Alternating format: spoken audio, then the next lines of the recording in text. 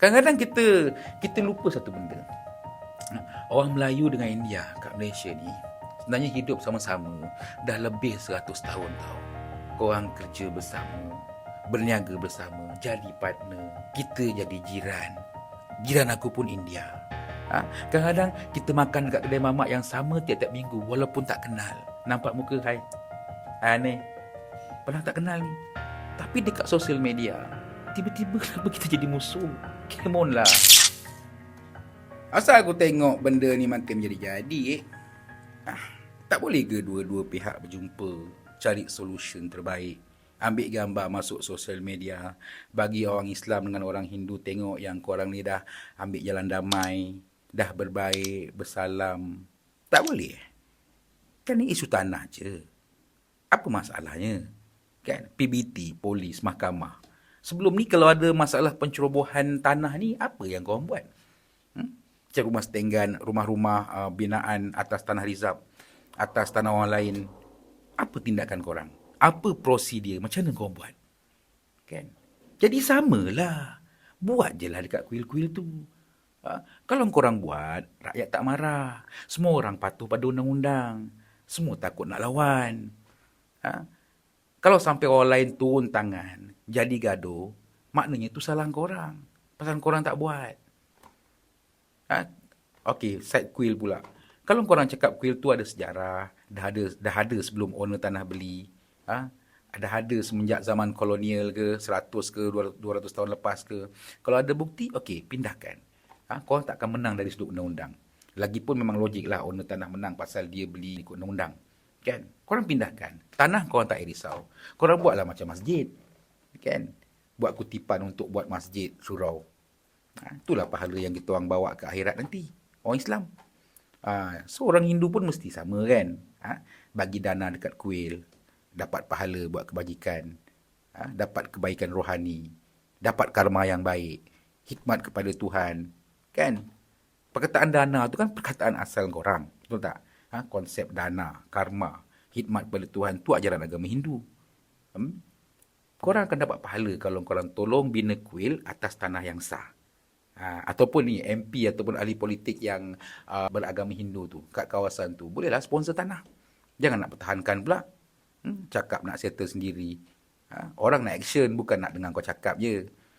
Kan lepas isu dah reda, kuil tak pindah-pindah. Kalau ada pihak tuan tanah baik hati, bagi tanah kecil ke besar ke, buat kuil untuk ganti kuil kan, untuk ganti rugi. Kita yang agama lain ni janganlah iri hati. Itu hak tuan tanah. Tak payah nak cakap dia orang ni ambil kesempatan. Jangan cakap macam tu. Even by chance ada, tapi kita tak perlu loud out cakap benda tu. Benda tu akan trigger dekat orang lain, dekat pengurusan kuil yang tak ambil kesempatan. Okay? Kita tak boleh cakap yang tak ambil kesempatan jangan terasa. You are talking halfly about religion. Bukan property semata-mata tau. If you are shouting even you have points, orang yang tak sokong rumah anutan haram pun akan marah. Dia tak marah pasal kita pertikai benda tu tau. Tapi sebab cara kita bercakap. Dari sudut lain pula, kan, kalau tak ada orang macam Zamri Vinod, Ustaz Firdaus Wong, Tamim Dahari, Cikgu Chandra buat macam ni, kan, tak tegas macam ni, kerajaan tak buat apa-apa. Lepas kes arwah Adib tu, korang tengok, kes dekat kuil Seri Mahamariaman USD25, sivil. Apa pihak berwajib buat dekat kuil-kuil yang tak sah lain satu Malaysia ni? Mostly tak ada. Kan, yang kita nampak tak ada. Kes dah senyap, dia orang pun senyap juga, langsung tak ambil pengajaran. Semua rakyat, tak kira lah agama apa pun, mereka akan sokong tau kalau kita jalankan tanggungjawab, tegakkan keadilan. Objektif asal kita dah betul lah ni. Tapi kenapa kita masih bergaduh padahal objektif kita sama, dah betul dah. Cara tu, korang tak suka cara antara satu sama lain. Kau tak suka cara dia bercakap, dia tak suka cara kau balas. Itu je masalahnya. Itu je. So sekarang ni berhenti bercakap, berhenti menyalahkan. Tu yang patut korang sergah tu, yang buat korang gaduh tu, yang tak jalankan tanggungjawab. Patutnya sama-sama pergi sana. Tuan Zamri Vinod boleh tanya, kenapa dibiarkan kuil tu ada kat situ? Apa yang korang buat? Korang kan penguat kuasa. Pihak kuil pula boleh tanya, Kenapa tak bagi tahu kami yang kami dah buat salah? Ya, kami tahu kuil tu tak ada geran. Tapi you senyap saja. Ha? Kami cuma teruskan jaga dari nenek moyang kami dulu.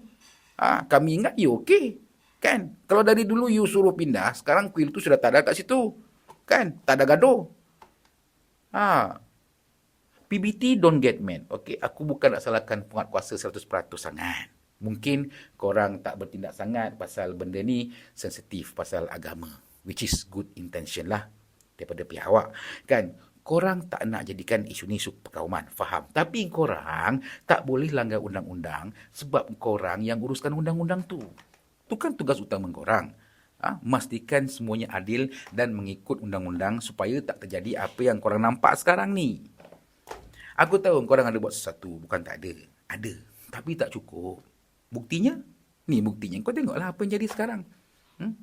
Jangan cakap yang korang bukan salah satu punca benda ni jadi. Kan? Video ni bukan nak cari salah sesiapa. Bukan nak tuduh kaum mana-mana. Tak. Bukan nak api-apikan orang. Aku cuma orang yang nak tengok Malaysia ni aman dan tak ada komen saling menjatuhkan antara kita. Antara agama dekat sosial media.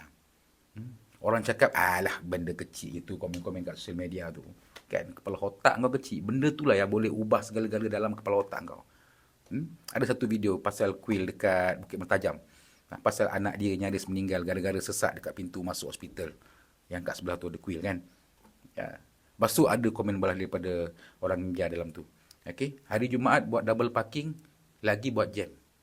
Cakap macam tu. Lagi satu dia kata, mak dia ada sakit jantung. Hari-hari tak selesa dengar azan sampai dia pindah. Tapi dia tak salahkan siapa-siapa pasal Hindu ajar hormat agama lain. Komen-komen provoke banyak kat mana-mana. Dari dua-dua side. Manusia-manusia resis memang suka benda-benda macam ni. Tapi kat Malaysia ni aku yakin yang tak resis, yang hormat agama lain lagi ramai dari yang resis. Cuma diorang tak bersuara je dekat sosial media. Jangan ambil ringan tau benda ni. Takkan kita nak biarkan manusia-manusia resis ni dalam masyarakat kita. Kan? Mula-mula kat sosial media. Nanti lama-lama boleh merebak keluar. Makin ramai puak-puak resis macam ni. Maaf ya saudara-saudaraku, orang Islam semua, agama kita tak ajar kita membenci agama lain, bangsa lain. Hindu pun sama kan? Betul tak? Tak adalah agama yang ajar penganutnya jadi resis. Tak ada. Stoplah buat benda-benda yang boleh menyemai kebencian kaum ni. Betul. Cuba kau scroll dekat TikTok, dekat Facebook, dekat X sekarang ni. Jujur aku cakap. Melayu maki India, India ejek Melayu, seram. So sekarang ni apa solution kita? Okay, sekarang kita masuk bahagian paling penting. Okay. Kalau kita tak nak benda ni jadi lagi. Pertama-tama, tak ada lain, tak ada bukan. Johan nombor satu, kerajaan. Kerajaan kena settlekan lah dengan sistematik. Kerajaan kena buat benda yang mungkin tak popular. Okay? Contohnya macam audit semua rumah ibadah yang status tanahnya tak jelas. Okay? Aku rasa kau akan buat benda ni. Masjid, kuil, toko, gereja. Kan? Kalau ada masalah, selesaikan awal. Buat kerja lebih sikit lah. Pasal benda ni kan melibatkan sensitif agama. Pindahkan secara terhormat. Jangan tunggu sampai 30 tahun baru nak bertindak. Kedua, pemimpin. Pemimpin kenalah hati-hati kalau nak bercakap. Korang ada pengaruh besar tau. Satu ayat korang boleh tenangkan orang. Satu ayat korang boleh bakar sentimen kaum. Korang bukan budak-budak yang tak tahu nak bezakan mana ayat yang boleh buat orang marah dengan ayat yang boleh buat orang tenang. Bukan tak boleh bezakan. Kalau korang betul-betul sayang negara ni, nak negara ni aman, damai, kan? Korang belajarlah bercakap secara hikmah. Ayat korang mempengaruhi orang lain tau. Melainkan korang memang saja nak pecah belahkan negara ni. Dan ketiga, rakyat kena berhenti jadi minyak. RON95 ke, minyak gas ke. Ini paling penting. Media sosial sekarang ni banyak provokasi. Seorang buat posting ekstrim, 124,555 share. Kan 1,789 emoji marah.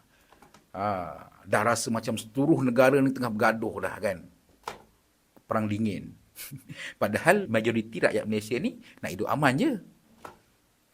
Kadang-kadang kita lupa satu benda. Orang Melayu dengan India kat Malaysia ni sebenarnya hidup sama-sama dah lebih 100 tahun tau. Korang kerja bersama, berniaga bersama, jadi partner. Kita jadi jiran. Jiran aku pun India. Kadang-kadang kita makan dekat kedai mamak yang sama tiap-tiap minggu walaupun tak kenal. Nampak muka, hai aneh, pernah tak kenal ni.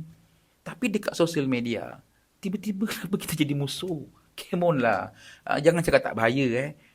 Himpunan besar-besar kat luar tu, himpunan bersih, himpunan Turun Anwar tu, bermula daripada sosial media tau.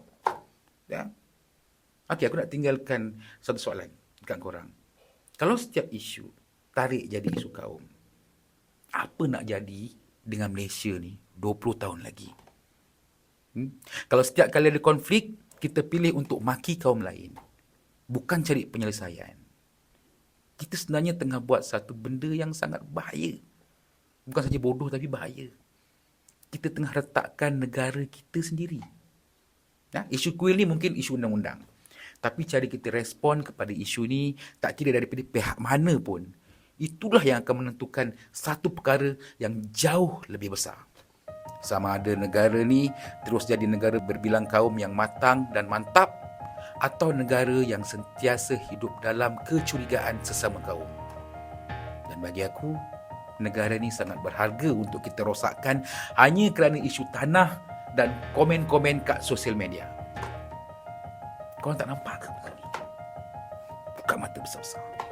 Setiap masa adalah jual kurma istimewa, berbuka penuh barokah. Dapatkan kurma Adela Ajwa. Hubungi kami sekarang. Yeay! Tenang masa berbuka.